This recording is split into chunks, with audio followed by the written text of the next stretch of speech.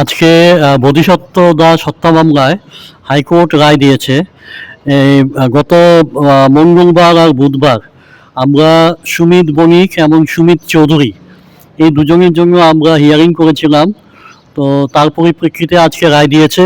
রায়ের মধ্যে দুজনকেই বেকসুর খালাস দেওয়া হয়েছে। নিম্ন আদালতে যাবজ্জীবন কারাদণ্ড দিয়েছিল, কিন্তু উচ্চ আদালত তাদের দুজনকেই একদম বেকসুর খালাস করে দিয়েছে। আপনাদের আর্গুমেন্টটা কি ছিল?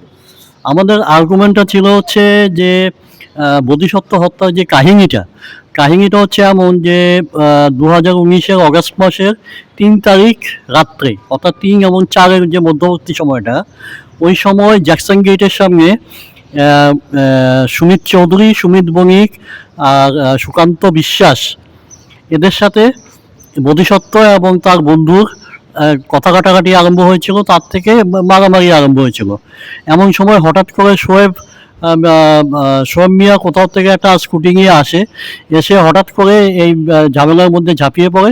সেই ছুরি দিয়ে আঘাত করে বোধিসত্ত্বকে, যার ফলে বোধিসত্ত্ব মারা যায়। এবং মারা যাওয়ার তাকে যখন হাসপাতালে নিয়ে যাওয়া হয়, তখন পুলিশের থেকে একজন তার জবানবন্দি ভিডিওতে রেকর্ড করেছিল, যেখানের মধ্যে সে বলেছিল যে সুমিত দাস এবং কালিকার সুমিত দাস এবং একজন এবং সাথে আরও 3 জন তাকে আঘাত করেছে। তো এর পরিপ্রেক্ষিতে চার্জশিট জমা দেওয়া হয়, আসামি অ্যারেস্ট হয়, এমন নিচে কোর্টে ট্রায়াল হয়ে তাদের সবারই যাবজ্জীবন কারাদণ্ড হয়। তো শোয়েব মিয়া এর আগে হাইকোর্টে অ্যাপিল করেছিল, কিন্তু শোয়েব মিয়ার অ্যাপিলটা হাইকোর্ট বহাল রেখে দেয়, অর্থাৎ ওর যাবজ্জীবন সাজা এখন অবধি বহাল আছে। বাকি দুজনের জন্য আমরা গত সপ্তাহে করেছিলাম, তাতে দুজনকেই হাইকোর্ট বেকসুর খালাস দেয়। বিচারপতি ছিলেন ডিভিশন বেঞ্চের ডক্টর টি অমরনাথ গোখ এবং জাস্টিস সব্যসাচী দত্ত পুরকায়স্থ।